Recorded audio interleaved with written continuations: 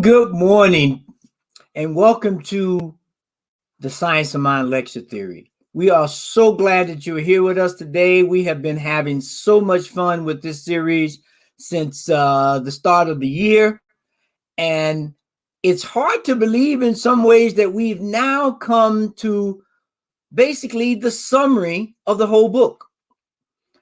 So today, the lecture is entitled Putting It All Together.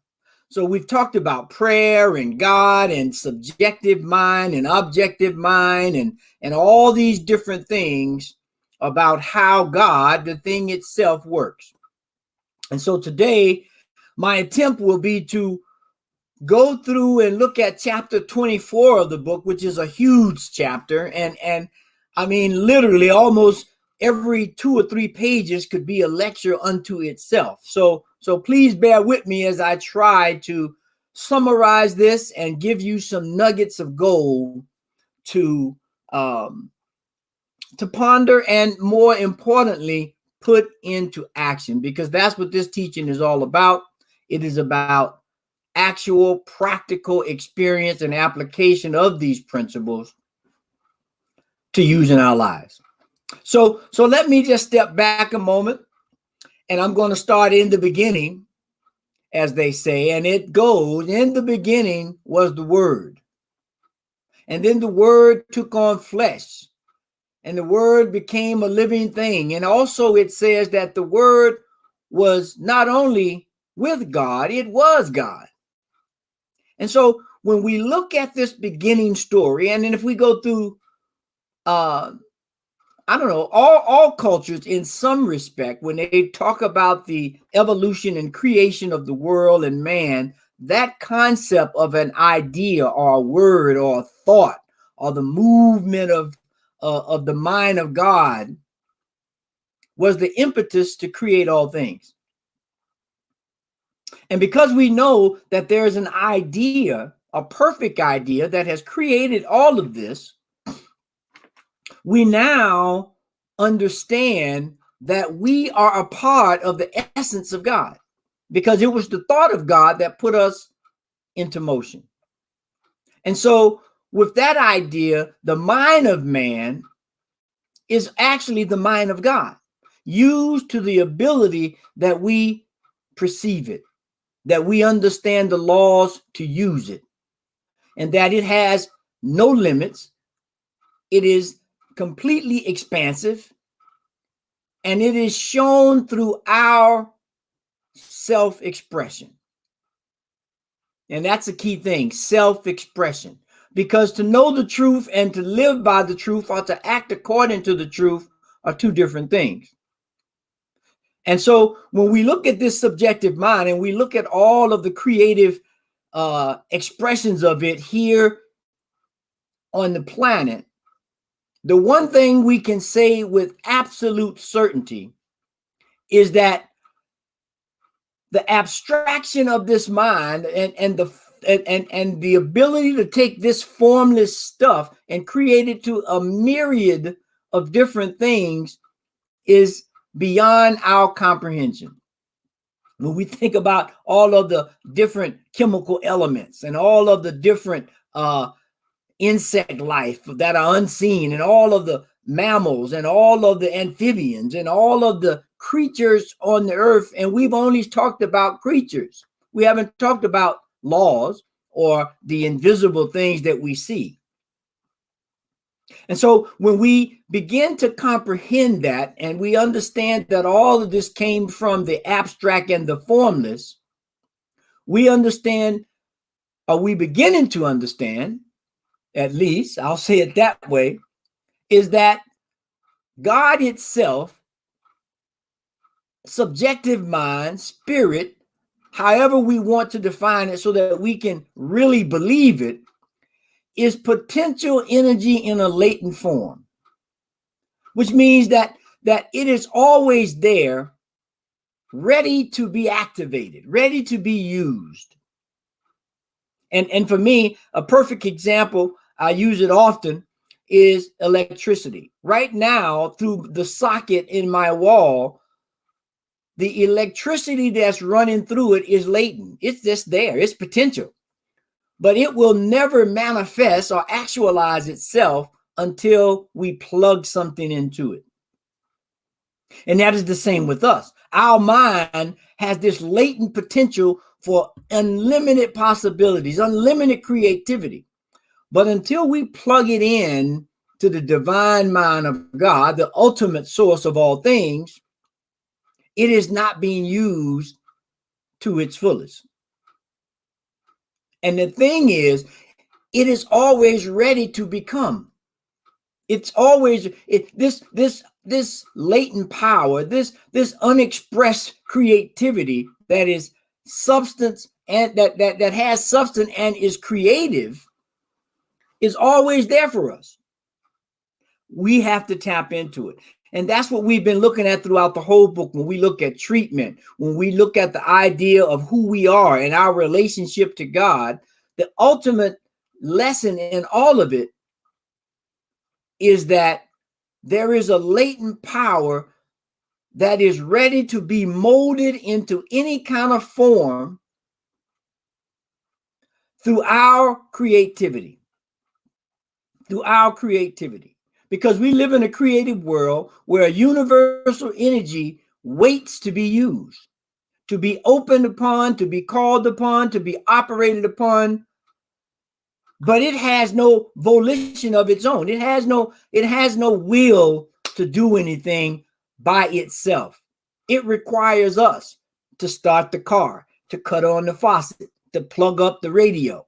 Whatever, these laws are all there, but it takes someone with volition, someone with the will, someone with the ability to do, to flip it on. And that's where we come in relationship to the divine mind of God, the spirit of all things.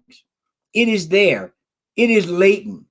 It is ready for us to activate it, right? And when we can activate it, we know the results. We know the results of activating a radio or a car or, all these things that have a latent power that needs someone to turn it on. Now, that I'm going to stop right there because in essence, that's what we're talking about in this whole teaching of the science of mind and spirit, is that once we learn that these powers and these principles and these laws are present, then we begin to believe in them through our experimentation with them. And then that belief becomes a faith, and that faith becomes a knowing. Then we can begin to create heaven on earth. We can begin to activate these laws so that they are present in our lives, that we can help others with this, and we can move in a way that is in alignment with all things. Because it says this on page 393 rather, it says something to this effect. It says that the correct understanding that mind in its unformed state can be called forth into individual use is the key to all proper mental and spiritual work for a practical viewpoint. The key there is practical viewpoint. We don't want to learn these principles and laws and how we fit into the grand scheme of things just to have a cup of coffee and talk about it. I mean, that's fun. But I would think the ultimate is to take that information and put it into practice. And when we know that we are surrounded by such a creative power, such a presence that allows us to use it, we must use this knowledge for a definite purpose. I mean, a friend of mine once told me this joke. He said, "What good is a hammer if you don't hit something every once in a while?" Well, that's the same kind of principle. What good is this usefulness of this mind, this connected to the universe, if we don't use it? If we don't take this unformed stuff that is ready to be formed based on the thought and ideas in our mind to change the invisible to the visible, to take unformed and move it into form.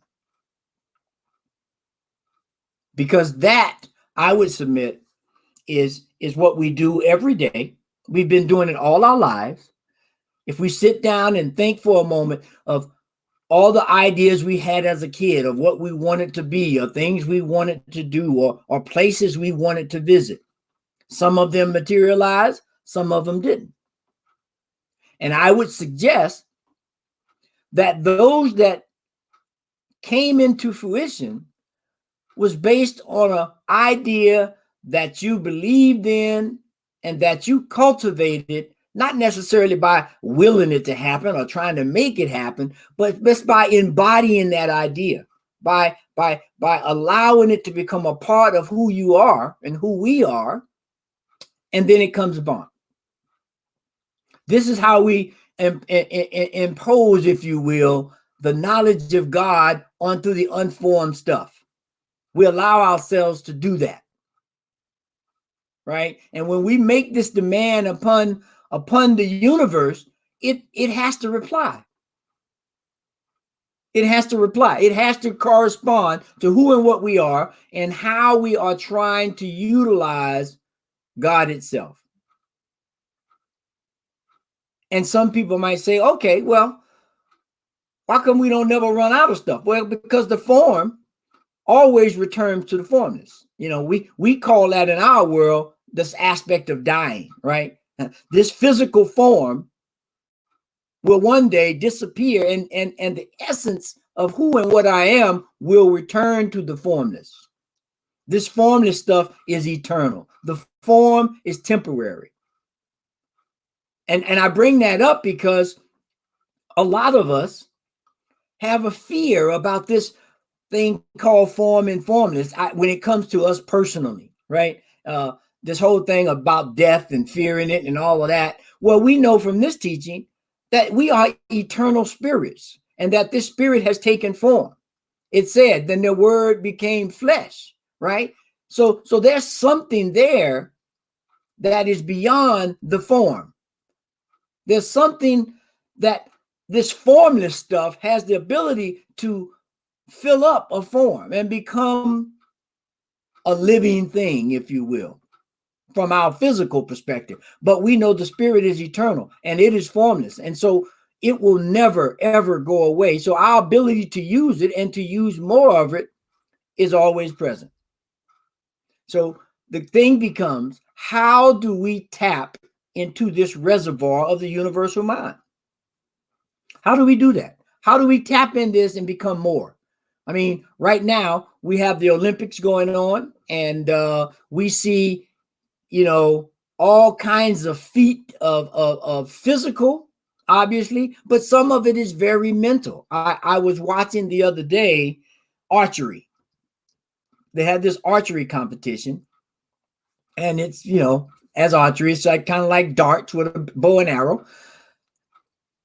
Points for getting in the center, and then the other rings outside. Well, that takes some tremendous mental focus to direct that arrow and to align the bow, the arrow, the target, your release, to hit the target in the proper spot.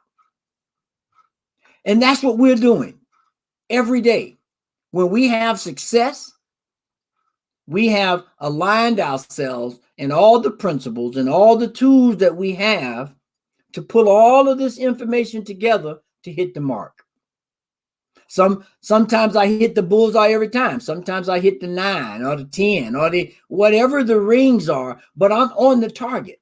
And the more I can focus and utilize these aspects of God, which is myself in individualized form, the more I begin to have confidence in myself, to be able to utilize more of it, and to continue to evolve as a human being.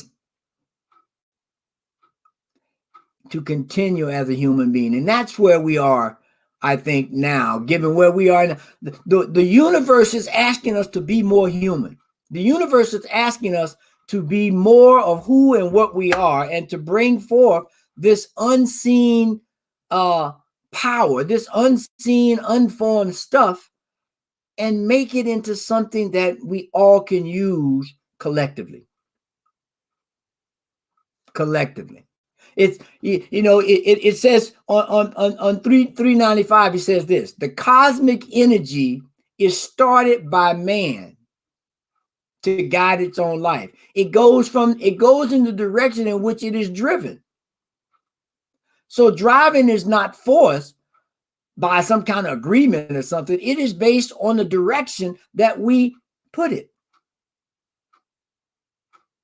It's based on how we focus it.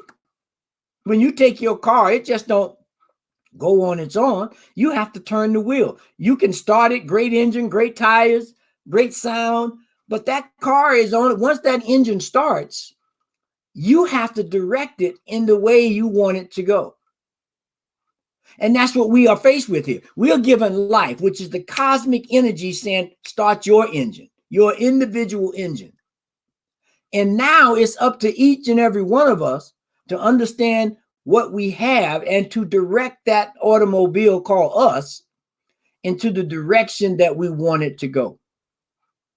And one key thing to remember, there's no everlasting, if you will, direction. If I make a left and I should have made a right, well, I can make a U-turn.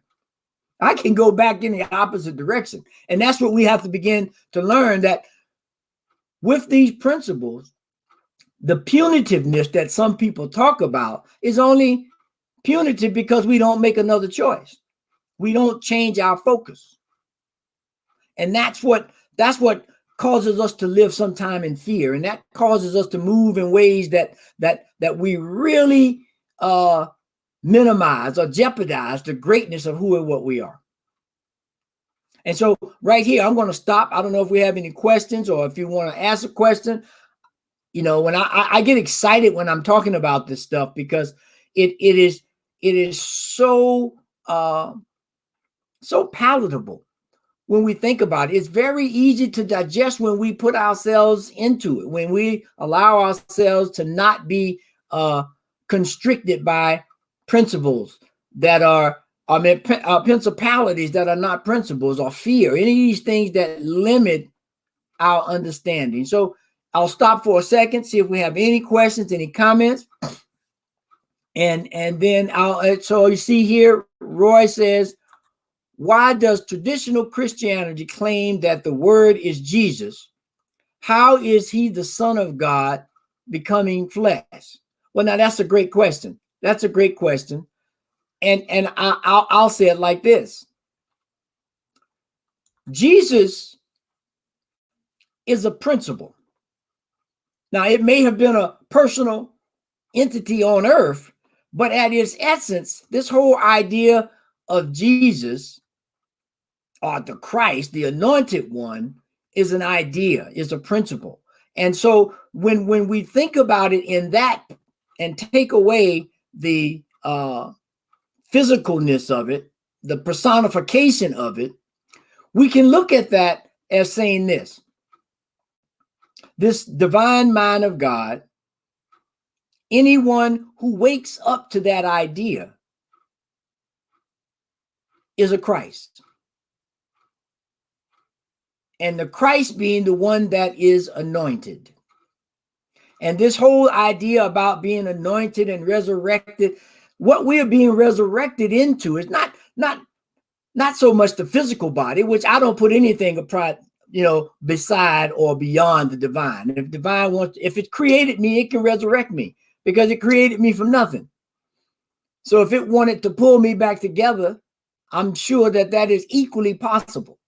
But I think the more meaningful idea, understanding of that is this whole idea of the word becoming flesh and being to die and to be resurrected is this story, if you will, of resurrecting into the idea of what true life is, of resurrecting or waking up to life as it truly is, which is the unlimited power that is latent, that we have the ability to awaken with our mind.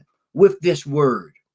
And so when we speak of that word taking flesh, it's like I have this infinite form or formless stuff that I can make into form. And when I awaken to that, when I resurrect into that true idea, now we can create worlds, not just worlds with an S. We can look at all the stuff that we've created just in the last 50 years.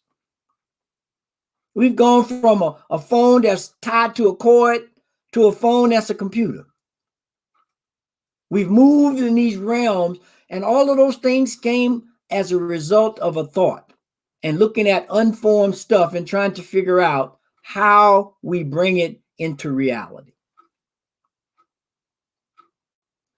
But the thing is, you know, this unformed intelligence, if you will, this unformed stuff is useless without a direction. So that's why we see in these creation stories all over the world that God is beginning to direct this unformed stuff into something. Into when we see it creating light and animals and all this from, if we look at the Christian, storyline, and it's very similar in all the other lines, that God began to create these things because he understood the power of thought and the latent power in the allness that there is to create things out of what appears to be nothing. What appears to be nothing, right? And so we go back and we look at this idea that the universal mind in its subjective state is what we mean by the law of mind. So we talk a lot about the law of mind and science of mind and all this, and this universal mind being God. But what we're really saying is this, is that thing, universal mind, God, infinite spirit, in its subjective state, in its unformed state, in its ability to morph into all things, is what we mean when we talk about the law of mind. The subjective mind is limitless and can do anything that we may wish it to do. And by saying we wish it to do, that is that infinite consciousness that is individualized in us, because we know God is all consciousness. And that's how we begin to differentiate between God, if we need that to make the understanding. And then we turn it around and say, that is how I begin to use it, because now I understand it. I understand the idea of infinite mind, which I mean, when you think about it, which I can't in terms of infinite, I can't think around the corner, let alone what's going on in Florida or New York or China or Japan. That infiniteness means just that. It is so expansive that it has the possibility to do all things. And when we lean into that and gain a mental acceptance, then we move from the realm of thought as a thought, but then we move into the realm of thought becoming a thing and moving into actuality and beginning to allow ourselves to experience life at its fullest. And it's kind of simple to do.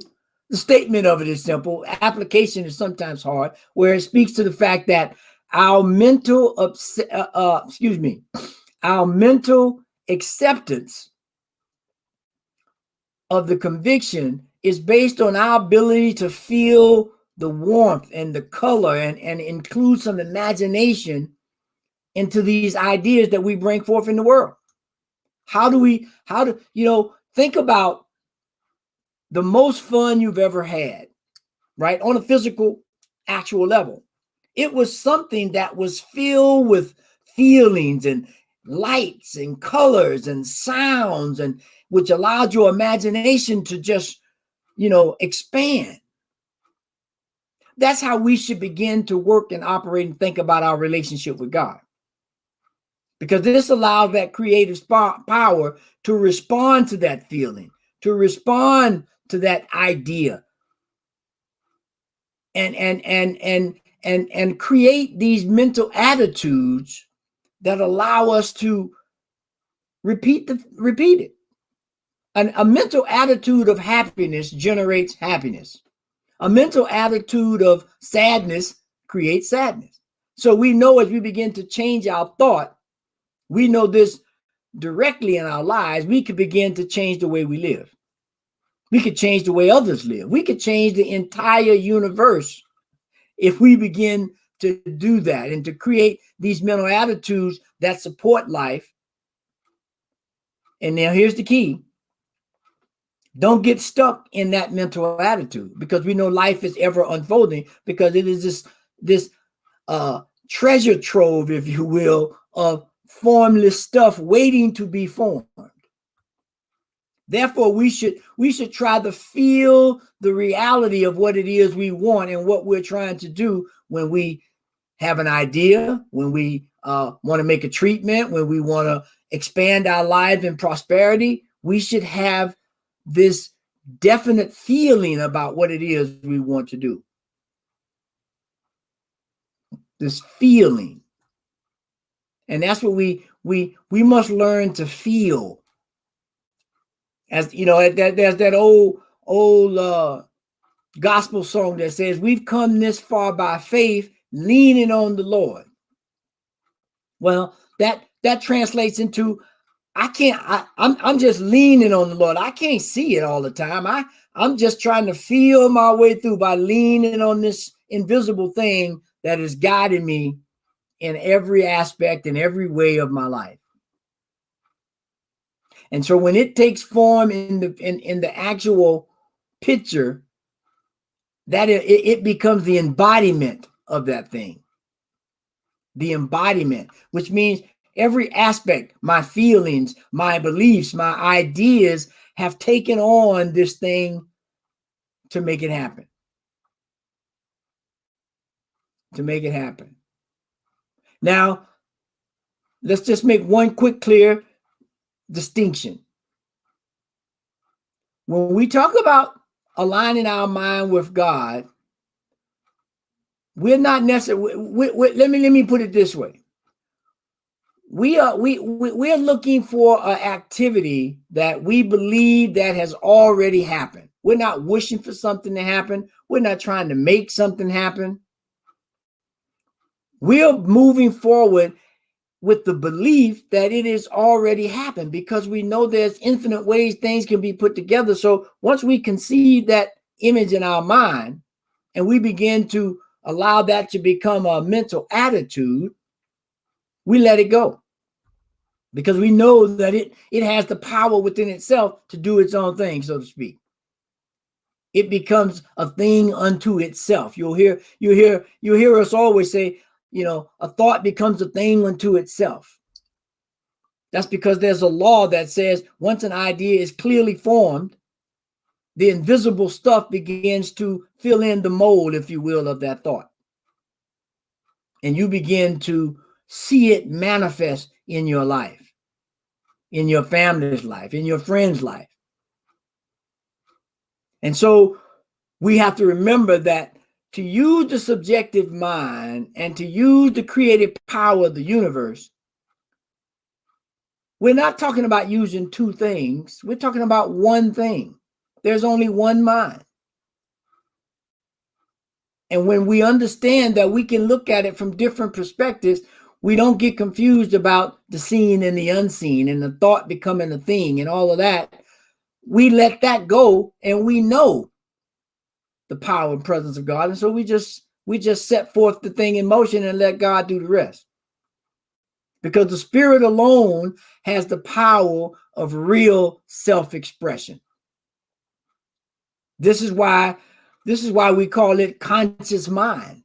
That part of the mind that is conscious of what it's doing and moving forward in that particular avenue, if you will. So I'll stop again. I get carried away, I know. So please just shoot something in there if you got it. I'll take a deep breath so I don't pass out, and I'll see what we got. So Roy asked a good question again. He says, so is the definition of the word the mind of God?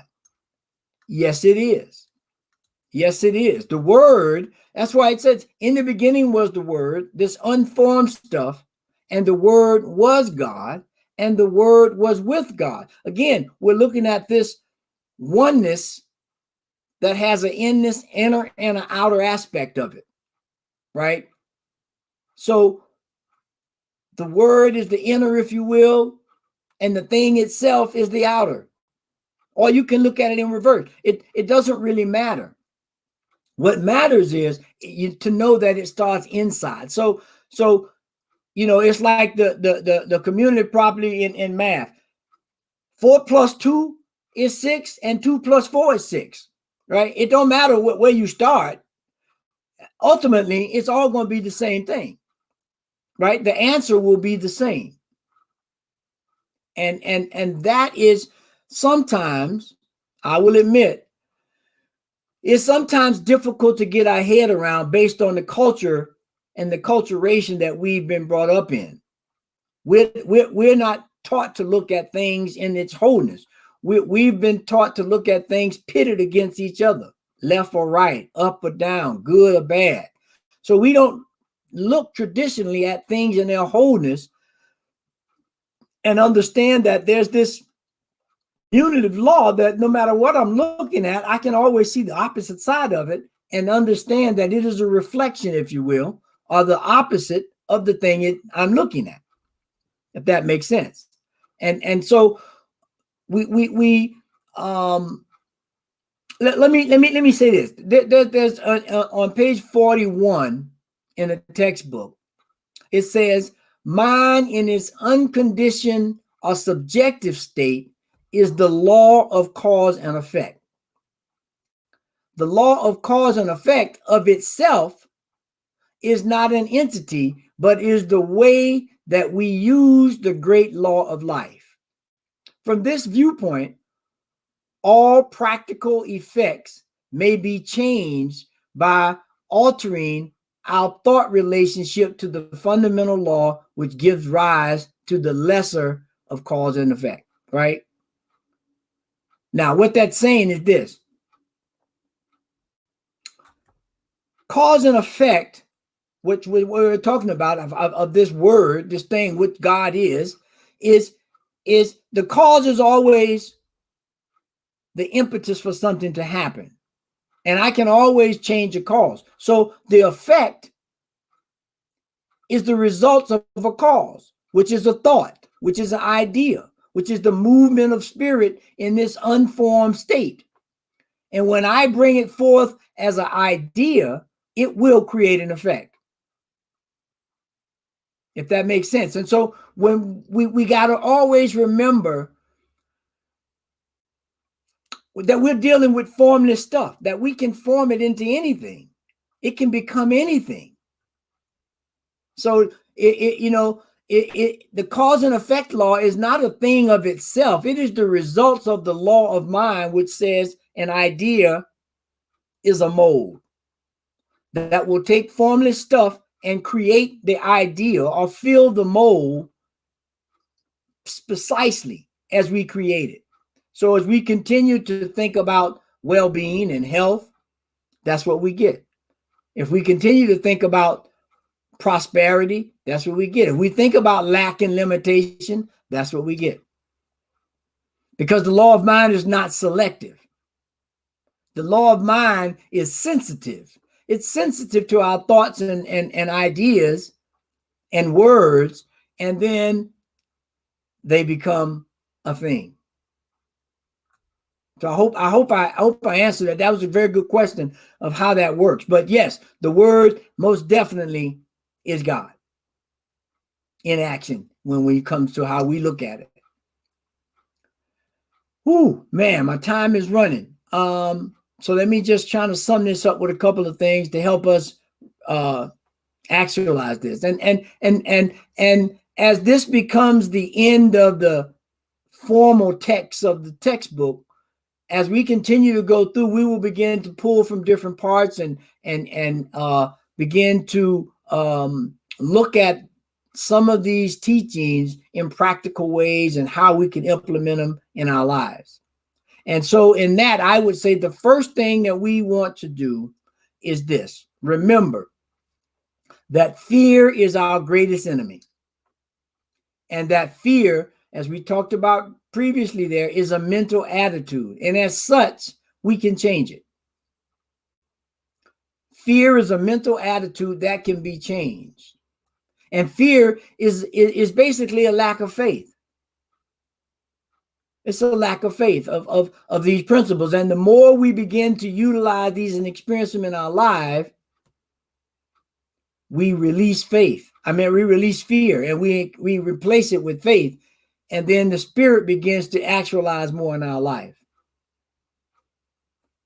So the first thing we want to do is begin to work with giving up our fears and lean more on the faith, because we know God is all supply and substance and everywhere present. So we just have to put ourselves in right position, right relationship to that, to make it beneficial in our lives and the lives of others. Because we know the spirit guides us and the law executes. So when we can get that in right relationship, we live in an unlimited possibility of who and what we are. And here's the thing. We don't know why eating a sandwich creates life. I don't know why when I get, a nice hamburger or a nice bowl of stir-fried tofu that it creates life. But I knew and I know that it does. I know that it does, although I don't know how it does it. And that's what we have. These are the kind of little metaphors, if you will, that we have to begin to use in our mind to understand the thing that we're dealing with. When we start talking about some of these abstractions and some of these things that we can't conceive at the moment,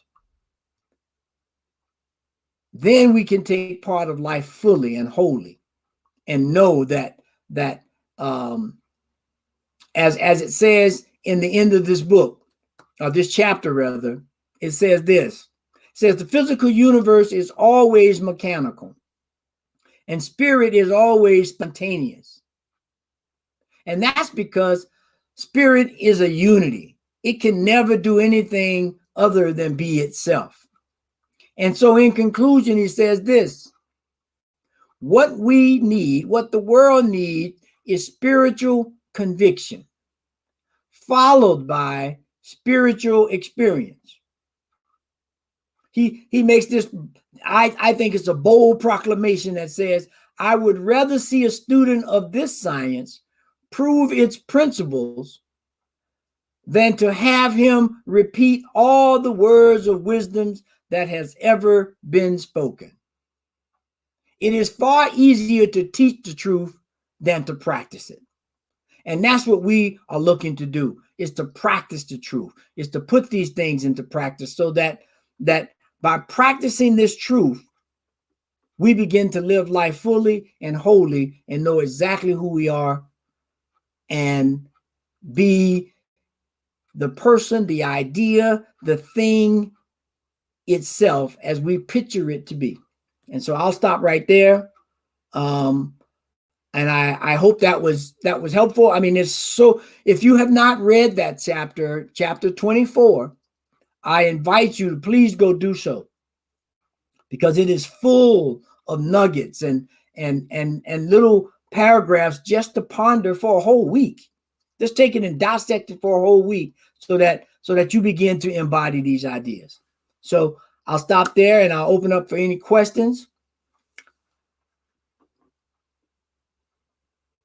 Definitely special thanks to New Thought Media, because I don't know any other place that you're getting this kind of breakdown of these teachings and your ability to engage, ask questions, send in comments, to really begin to utilize this stuff. I mean, it's great to be able to spout it and talk about it, but if we're not utilizing it in our lives and beginning to exercise it and see the effect, I mean, I'm sure you guys could tell that I'm excited about this stuff because I've used it in my life and I know it works.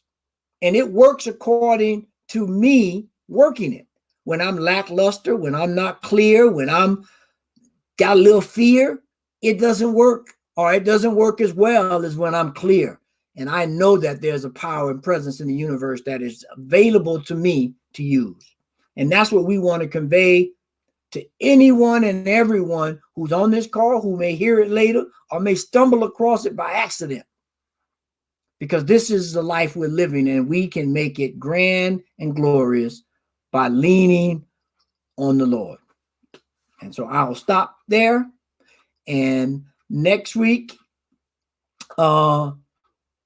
is beginning of a new exploration of the book, and the Reverend Robert is going to be there, just flashed up, and he is going to be on scene and ready, willing, and able to take us to the next chapter, to another level of living these principles. And so with that, I thank everyone for being here. I wish you a great weekend. Go forth and make life exhilarating and be an example of the God within. Peace and blessings.